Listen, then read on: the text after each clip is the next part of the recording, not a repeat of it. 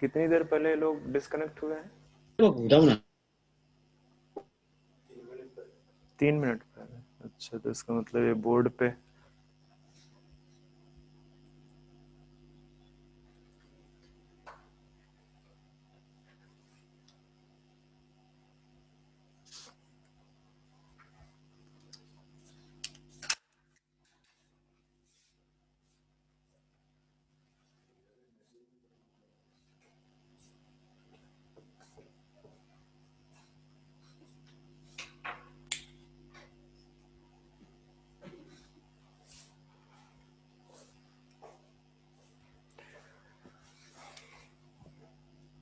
आवाज आ रही है मेरी आप लोगों को? नहीं? Yes sir. जल्दी यस सर, आवाज आ रही। जल्दी कॉपी करने में दिमाग लगाओ। अब मैंने डिस्कनेक्ट नहीं हुआ था, आप लोग डिस्कनेक्ट हुए थे, मैं यहीं पे हूँ। Biology connect disconnected.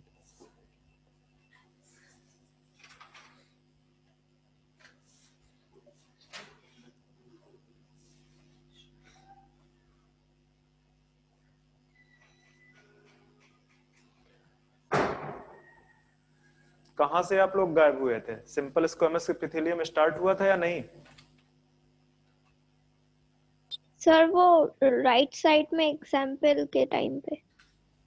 अच्छा, इसका मतलब है आप लोग कॉपी कर चुके हो ये। मैं कौन सा पेज उधर वाला इरेज कर सकता हूँ? ये सर लेफ्ट साइड हो गया था।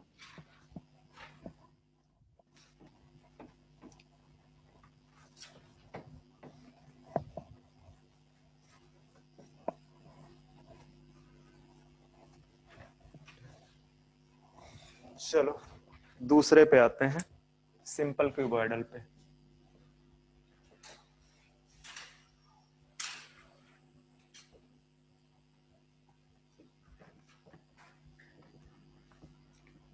तो अगर सेल देखोगे क्यूबॉइडल सेल, आपको ये आपका अंडरलाइन कनेक्टिव टिश्यू है, ओके।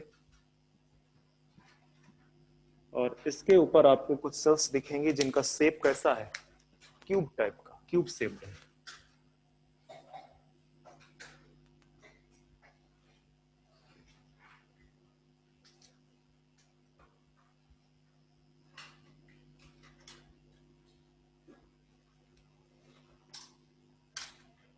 इस तरह से क्यूब शेप देखने को मिलेंगे आपको, ठीक है। और इनका जो न्यूक्लियस प्रेजेंट होगा वो मिड में प्रेजेंट होगा, बिल्कुल सेंट्रल पार्ट पे, ठीक है, बिल्कुल सेंट्रल पार्ट पे। तो अगर आप शेप की बात करोगे यहाँ पे, तो ये कैसे शेप है इनका? क्यूब शेप्ड है, ठीक है। And nucleus occupy central position. जो न्यूक्लियस है वो कहां पे प्रेजेंट है? सेंट्रल पोजीशन पे प्रेजेंट है। तो ये आपका सिंपल क्यूबॉइडल एपिथेलियम में क्यूब शेप्ड है, न्यूक्लियस इनका सेंटर पे प्रेजेंट है। और ध्यान दे रखना कि जो न्यूक्लियस की डिस्टेंस है चारों तरफ, वो ऑलमोस्ट इक्वल है, सेंट्रली प्लेस्ड है, ठीक है। तो इसकी वजह से इस न्यूक्लियस का पूरे सेल में रेगुलेशन कंट्रोल बहुत अच्छा होता है। तो जनरली ये जो सेल्स हैं वो सिक्रीशन में इन्वॉल्व होती है, ठीक है। तो आप यहां पे लिख दो, generally these cells are involve in secretion. और एनसीईआरटी एब्जॉर्प्शन भी बोल रही है तो वो भी मैं बोल देता हूं, सिक्रीशन एब्जॉर्प्शन। एक और चीज लिख सकते हैं कि जो टेस्टिस एंड ओवरी की जो सेल्स हैं, ठीक है, स्पेशली जहां से स्पर्म एंड ओवम का फॉर्मेशन होता है, उनमें भी बहुत ज्यादा रेगुलेशन की रिक्वायरमेंट होती है। तो वहां पे भी यही सेल्स मिलती हैं आपको, सिंपल क्यूबॉइडल एपिथेलियम सेल्स, ठीक है। तो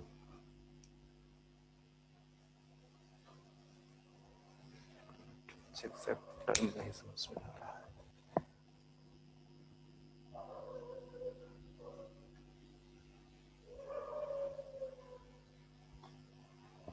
लिखना भी नहीं, बस इतना ही रहने दो, एंड उसको एग्जाम्पल पे डाल देते हैं। तो एग्जाम्पल पे आप डाल दो बस ये याद रखना कि जहां पे न्यूक्लियस का रेगुलेशन बहुत ज्यादा रिक्वायर्ड है, भाई सिक्रीशन करना है, दैट मीन्स कि कुछ कुछ बनाना पड़ेगा, सिंथेसिस करना पड़ेगा, वो चाहे प्रोटीन्स हो चाहे अदर चीज हो, ठीक है। तो उसके लिए न्यूक्लियस कहां से सारी चीजें बनती है, न्यूक्लियस रेगुलेट करता है सारी की सारी चीजों पर। तो जहां पे न्यूक्लियस का रेगुलेशन बहुत इंपॉर्टेंट है, वहां पे जनरली आपको क्यूबॉइडल सेल्स मिलेंगे। तो यहाँ पे लिख दो germinal epithelium, epithelium of testis and ovary, of testis and ovary. इसके अलावा आपकी पैनक्रियाटिक एसाइनाई,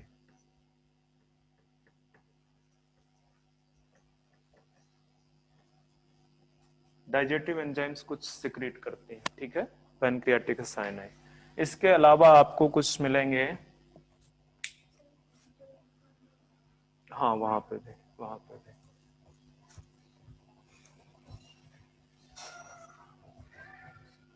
पीसीटी, डीसीटी और थिक लूप ऑफ हेनले, हर जगह पे मिलेगा आपको।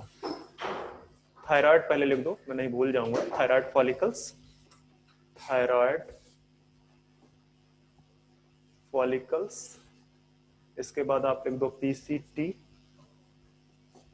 DCT and thick loop of Henle. उसको मैं मॉडिफिकेशन में डाल दूंगा जाके, ठीक है, वो इसी का मॉडिफिकेशन है। अब यहीं पे मैं डाल देता हूँ मॉडिफिकेशन ऑफ, मॉडी हेडिंग डाल दो, modification of simple cuboidal epithelium, simple cuboidal epithelium.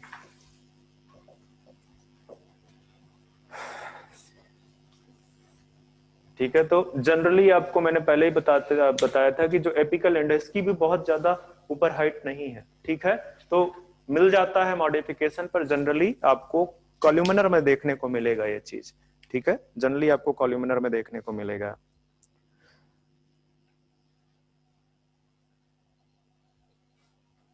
Sir वो क्यूब शेप्ड के बाद क्या लिखा है? कहाँ पे? सर वो शेप में। Cube shaped and nucleus occupies central position, okay sir. ठीक है।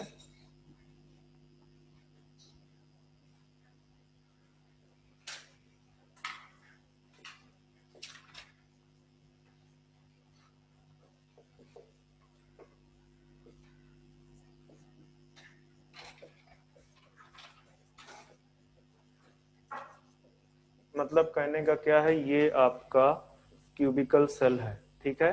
तो यहाँ पे आपको क्या देखने को मिलेंगे, इस तरह की सेल्स में देखने को मिलेंगे। जो एपिकल एंड है वो कैसा होगा, ब्रश बार्डर, जैसे आपका ब्रश होता है, ठीक है, टूथ ब्रश, ठीक है, या कोई भी ब्रश देख लो आप, तो वैसा आपको देखने को मिलेगा। और ये कहाँ पे मिलेगा, इन पीसीटी ऑफ नेफ्रॉन, ठीक है, यहाँ पे भी लिख दो ऑफ नेफ्रॉन। इसके अलावा आपको ध्यान दो, यहाँ पे इस तरह का बाउमेंस कैप्सूल होता है आपका, इस तरह का बाउमेंस कैप्सूल है, यहां से आपका पीसीटी अटैच हो गया, ठीक है। तो जो ये वाला पार्ट है, ये वाला पार्ट, ये क्या है, ये बेसिकली जंक्शन है किसका, बाउमेंस कैप्सूल एंड पीसीटी का। तो यहाँ पे आपको यहाँ मिलते हैं सीलिएटेड, तो आप यहाँ पे लिख दो ciliated simple columnar, sorry columnar लिख दिया मैंने, simple squamous, squamous epithelium, epithelium, ठीक है। तो वो क्या है, junction of, junction between Bowman's capsule को 60 में लिख रहा हूं बच्चे में, ठीक है, junction between bowmen capsule and, क्या बच्चे, दोनों जगह पे मैंने इसको एमएस ही लिख रखा हुआ है।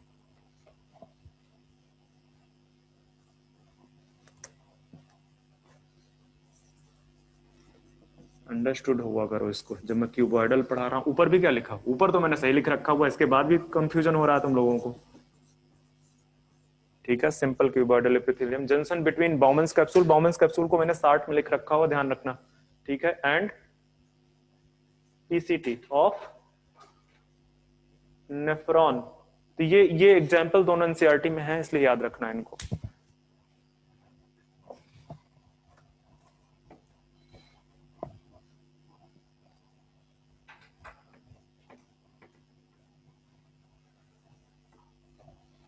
सर पीसीटी ऑफ क्या लिखा है? कहाँ पे बच्चे? सबसे नीचे yes sir. PCT of nephron. Okay sir. तो तीसरा है अब आपका simple columnar epithelium.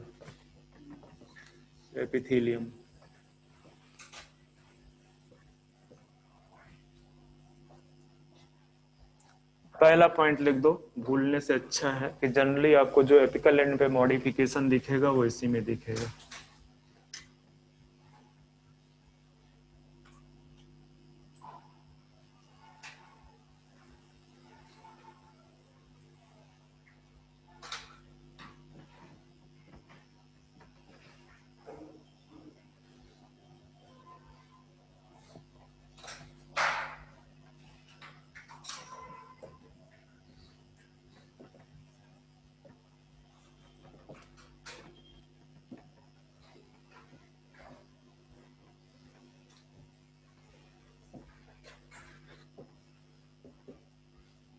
In these cells, इन्हीं सेल्स पे आपको देखने को मिलेगा। ठीक है, सेल्स का अगर मैं यहाँ पे पहले आपके लिए शेप बना दूं तो सेल्स आपको कुछ इस तरह से देखने को मिलेंगी, कॉल्यूमिनर सेल्स इस तरह से, इस तरह से कॉल्यूमिनर सेल्स देखने को मिलेंगी, और जो इनका न्यूक्लियस है उसकी पोजीशन बेस पे होगी। ठीक है, यहाँ पे थोड़ा यहाँ पे हो सकता है, इस तरह से न्यूक्लियस देखने को मिलेगा। तो दोनों याद रखना। ठीक है, long columnar cells and nucleus या nuclei occupy base present at base. ठीक है, लॉन्ग कॉल्यूमिनर सेल्स हैं ये। ठीक है, लॉन्ग कॉल्यूमिनर सेल्स यहाँ पे वैसे ही बना दो आप। ये यूसीटी है, अंडरलाइन कनेक्टिव टिश्यू है, ये आपके लॉन्ग सेल्स हैं। ठीक है, कॉल्यूमिनर सेल्स।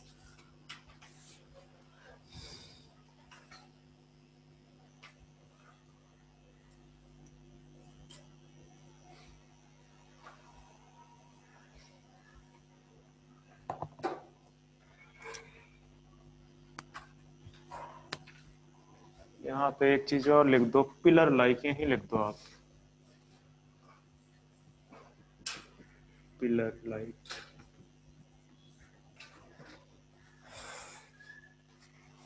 न्यूक्लियस आपका सेंटर सॉरी बेस की पोजीशन पे प्रेजेंट है। ठीक है, फंक्शनल रिस्पेक्ट में देखोगे इसका तो फंक्शन आपको यहाँ पे देखने को मिलेगा वही सिक्रीशन, एब्जॉर्प्शन। ये दो फंक्शन आपके एनसीईआरटी में लिखे हैं, मैं एक और लिखा रहा हूं जो ज्यादा इंपॉर्टेंट है, प्रोटेक्शन। ठीक है, प्रोटेक्शन।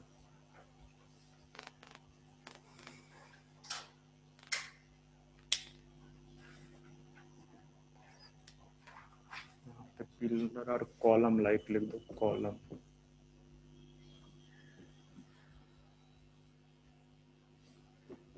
Column like.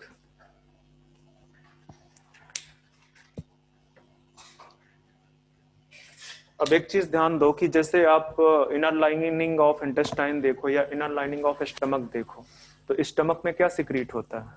बहुत कंसंट्रेटेड एसिड। और अगर एसिड वाली सेल्स आपकी स्क्वेमस हो तो क्या करेगा? वो तो निकाल के बाहर कर देगा, डैमेज कर देगा। इसलिए वहां पे जो सेल्स पाई जाती हैं वो इस तरह की सेल्स पाई जाती हैं। जहां पे बहुत ज्यादा उनकी हाइट हो, काफी थिकनेस प्रोवाइड करे वहां पे, और इनके एंड भी मॉडिफाई कर जाते हैं, इनके एंड भी मॉडिफाई कर जाते हैं, उसमें माइक्रोविलाई प्रेजेंट होता है या म्यूकस का सिक्रीशन होता है वहां पे, ताकि वो जो एसिड है या जो एंजाइम्स हैं उनका इफेक्ट ना पड़े, उनमें मिनिमाइज कर दें इफेक्ट। ठीक है, तो आप लिख सकते हो generally found in those cells या those part of body where harmful chemicals release, harmful chemical released, जहां पे हार्मफुल केमिकल्स रिलीज किए जाते हैं जनरली आपको मिलेगा। ऐसा नहीं है, इनका सिक्रीशन भी काम होगा, क्योंकि अभी आपको मैं बताऊंगा कि इनमें सेल्स मॉडिफाई करके ग्लैंड्स बना लेती हैं, और ग्लैंड्स का काम क्या है? सिक्रीशन।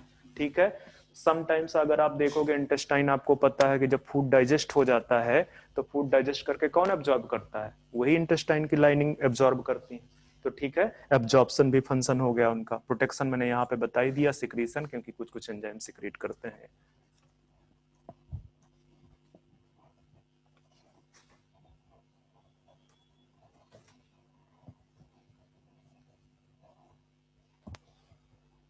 तो आप यहाँ पे लिख दो एग्जाम्पल में, inner lining of stomach and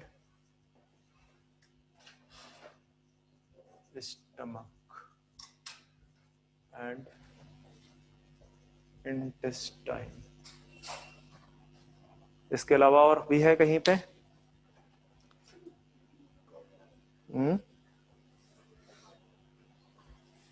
बच्चे बाकी मॉडिफिकेशन है वो मैं दिखा रहा हूं। अभी मॉडिफिकेशन में दो यही लिखे हुए हैं आपके एनसीईआरटी में, नहीं को याद रखना, इससे ज्यादा पूछेगा नहीं, उसके लिए श्योर रहो आप। मॉडिफिकेशन जरूर देख लेते हैं। मॉडिफिकेशन में जहां पे आपका सीलिएटेड प्रेजेंट है, ठीक है, तो यहां पे लिख दो आप